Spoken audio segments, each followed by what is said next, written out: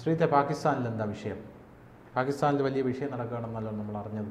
അതായത് പാകിസ്ഥാനിൽ ഈ സുന്നി വിഭാഗങ്ങളും ഷിയ വിഭാഗങ്ങളും, ഈ മുസ്ലിംസിൻ്റെ ഇടയിലുള്ള രണ്ട് വിഭാഗങ്ങളാണിത്. യഥാർത്ഥത്തിൽ ഈ ഷിയ രാജ്യങ്ങളെ സുന്നി രാജ്യങ്ങൾക്കും കണ്ടുകൂടാ, സുന്നി രാജ്യങ്ങളെ ഷിയ രാജ്യങ്ങൾക്കും കണ്ടുകൂടാ.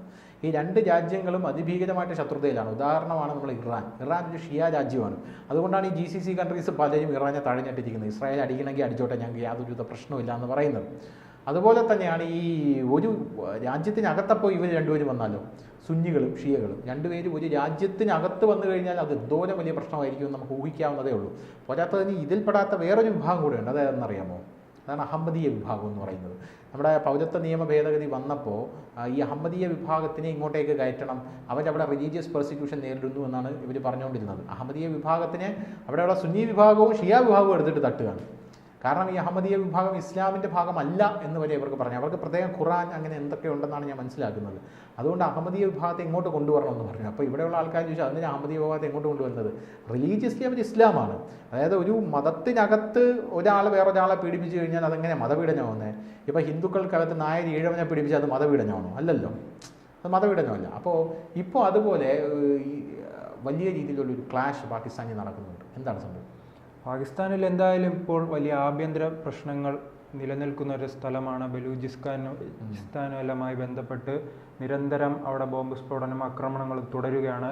ഇടക്കാലത്തെല്ലാം ഈ ഭീകരരൊക്കെ ഇന്ത്യയിലേക്ക് കയറ്റിവിടുന്ന ഒരു സാഹചര്യം ഉണ്ടായിരുന്നു. കാരണം തങ്ങളുടെ രാജ്യത്ത് ഒരു സമാധാനം ഉണ്ടാകുവാൻ ഇവർക്ക് എന്നാലും സംഘർഷങ്ങൾ നിലനിൽക്കുക എന്നതാണ് ഇവരുടെ ആഗ്രഹം. കാരണം അറിയാമോ, അതിൻ്റെ സമീപ രാജ്യമായ അഫ്ഗാനിസ്ഥാൻ ഉൾപ്പെടെയുള്ള പല ഇത്തരത്തിലുള്ള ഇസ്ലാമിക രാജ്യങ്ങളും ഇത്തരം സംഘർഷങ്ങളിലൂടെയാണ് തങ്ങളുടെ ശക്തി വർദ്ധിപ്പിക്കാനായുള്ള ശ്രമങ്ങൾ നടത്തുന്നത്.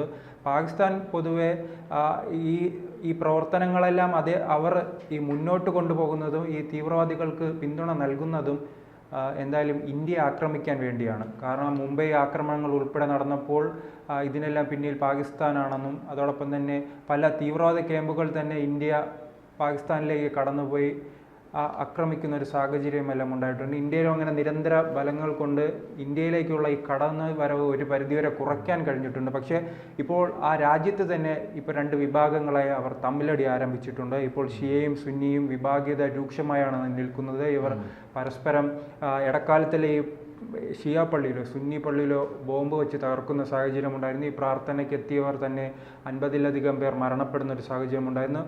അതിന് സമാനമായ രീതിയിൽ തന്നെയാണ് ഇപ്പോൾ ഷിയയും സുന്നിയും തമ്മിൽ ഒരു സംഘർഷം ഉണ്ടായിരിക്കുന്നു. പാകിസ്ഥാനിലാണ് ഇവർ ഷിയകൾ സഞ്ചരിച്ചിരുന്ന വാനിലേക്ക് വെടിയുതിർക്കുന്നു. ഇപ്പോൾ 50-ലധികം പേരാണ് മരണപ്പെട്ടിരിക്കുന്നത്.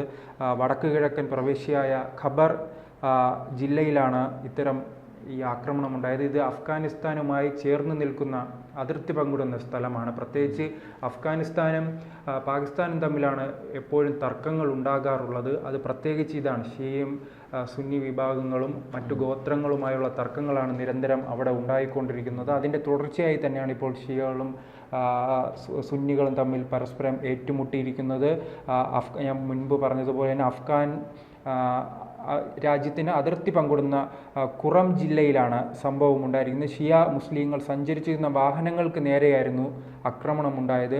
ഇതിൽ ഈ 50 പേർ മരിക്കുകയും ചെയ്തു. അതോടൊപ്പം തന്നെ 20-ലധികം പേർക്ക് പരിക്കും ഏറ്റിട്ടുണ്ട്. ഈ മേഖലയിൽ നിരന്തരം ഇത്തരം ആക്രമണങ്ങൾ നടക്കുകയാണ്. അതിനാൽ തന്നെ കൂടുതൽ സൈനികരെയെല്ലാം അവിടെ വിന്യസിച്ചിട്ടുണ്ട്. ഈ മരിച്ചവരാണെങ്കിൽ ഇതിൽ സ്ത്രീകളും അതോടൊപ്പം തന്നെ കുട്ടികളും ഉൾപ്പെടെ ഉള്ളവർ ഉൾപ്പെടുന്നുണ്ട്. കുറച്ച് ഇവിടെ കഴിഞ്ഞ ഏതാനും മാസങ്ങളായി തന്നെ ഇരു സമുദായങ്ങളും തമ്മിൽ ഈ പ്രശ്നങ്ങൾ നിലനിൽക്കുന്നുണ്ട്. അത്തരത്തിൽ പാകിസ്ഥാനിൽ ഇപ്പോൾ സാമ്പത്തികമായും വലിയ ബുദ്ധിമുട്ടിലാണ് അനുഭവിക്കുന്നത്. അവിടെ അറിയാം, ഇപ്പോൾ കൃത്യമായ ഒരു രാഷ്ട്രീയ നേതൃത്വം എന്നില്ല. വലിയ പ്രശ്നങ്ങളും തീവ്രവാദമെല്ലാം രൂക്ഷമായിരിക്കുന്ന സാഹചര്യമാണ്. പ്രത്യേകിച്ച് അഫ്ഗാനിസ്ഥാനിൽ താലിബാൻ വന്നപ്പോൾ അവിടെ നിന്നുള്ള ഈ ജനങ്ങൾ ഈ പാകിസ്ഥാനിലേക്ക് കുടിയേറി ഇങ്ങോട്ടേക്ക് വന്നു. അതെ, കുടിയേറി പാകിസ്ഥാനിലേക്ക് വരുന്നൊരു സാഹചര്യം. പാകിസ്ഥാനെക്കാട്ടിലും ബെറ്ററാണ് താലിബാൻ എന്നാണ് എനിക്ക് തോന്നുന്നത്.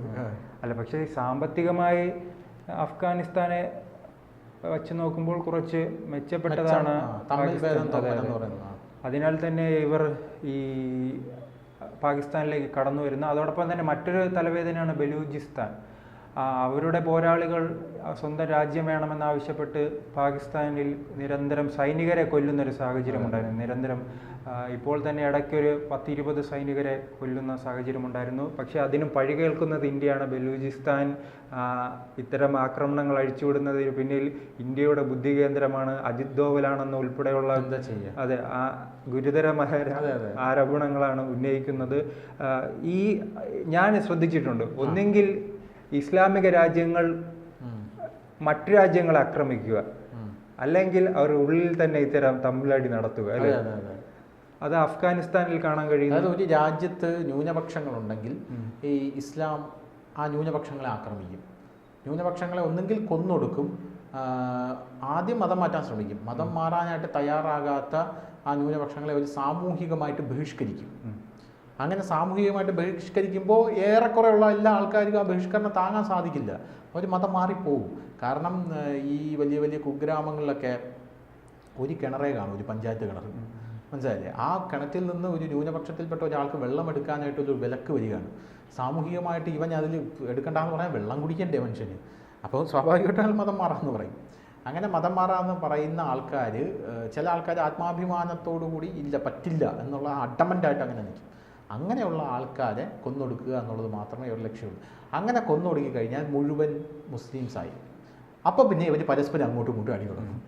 അടി തുടങ്ങും, ചേരി തിരിഞ്ഞ് അടി തുടങ്ങും. ചേട്ടേ, നിനക്കൊക്കെ ഈ ന്യൂനപക്ഷങ്ങളെ ഇതൊരു ഇസ്ലാം രാജ്യമാക്കണമായിരുന്നു, ആക്കി സന്തോഷം. അത് കഴിഞ്ഞ് പരസ്പരം അങ്ങോട്ടും ഇങ്ങോട്ടും അടി തുടങ്ങുക. അതിന് മുമ്പും ചില കാര്യങ്ങളൊക്കെ ഇവർ ചെയ്യും കേട്ടോ. എന്ന് പറഞ്ഞാൽ പിന്നീട് ഇവർ ആക്രമിക്കുന്നത് ഈ എല്ലാ മുസ്ലിങ്ങളായി കഴിഞ്ഞാൽ ഇവർ ഈ ആക്രമിക്കുന്ന സ്ത്രീകളെയാണ് അവിടെ ഉള്ളത്. അതെ, ഇറാനൊക്കെ കണ്ടിട്ടില്ലേ? ഇത് ഹിജാബ് ധരിക്കുക, അത് ചെയ്യുക, അടിമക്കച്ചവടം, ചന്ത എന്നൊക്കെ പറഞ്ഞ് അങ്ങ് പോവുകയാണ്. അപ്പോൾ അതിനുശേഷം കുട്ടികളെ ടാർഗറ്റ് ചെയ്യും.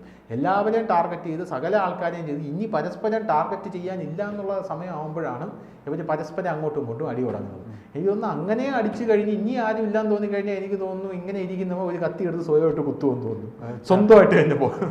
അങ്ങനെയാണ് എനിക്ക് തോന്നുന്നത്. എന്തായാലും അത് സൂചിപ്പിച്ചപ്പോഴാണ് പാകിസ്ഥാൻ ഇത്തരത്തിൽ ഈ ന്യൂനപക്ഷങ്ങൾ വലിയ രീതിയിൽ ഉണ്ടായിരുന്നല്ലോ. 10-15% ഉണ്ടായിരുന്നതാണ്. ഇപ്പോൾ അത് 4-5% കുറയുന്ന ഒരു സാഹചര്യം ഉണ്ടായിരുന്നു. ഈ നിരന്തരം മതം മാറ്റുന്നത്, ഭീഷണിപ്പെടുത്തുന്നത്.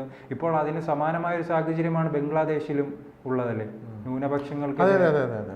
ന്യൂനപക്ഷങ്ങൾക്കെതിരെ വലിയ ആക്രമണമാണ് ബംഗ്ലാദേശിൽ ഇപ്പോൾ നടന്നുകൊണ്ടിരിക്കുന്നത്. ബംഗ്ലാദേശും വൈകാതെ തന്നെ പൂർണ്ണമായി തന്നെ ഒരു ഇസ്ലാമിക രാജ്യമായി മാറാനുള്ള, ഇപ്പോഴും ഇസ്ലാമിക രാജ്യമാണ്. അതെ, പൂർണ്ണമായി തന്നെ ഈ ന്യൂനപക്ഷങ്ങൾ പൂർണ്ണമായിട്ട് അവസാനിക്കും എന്നുള്ള ഉദ്ദേശം. അതെ, ഇപ്പോൾ ഒരു 10% ഉണ്ടല്ലേ? 10%. ഇപ്പോൾ 122 കോടി ജനങ്ങളുള്ളതിൽ 1 കോടി ന്യൂനപക്ഷങ്ങളാണെന്നാണ് പറയുന്നത്.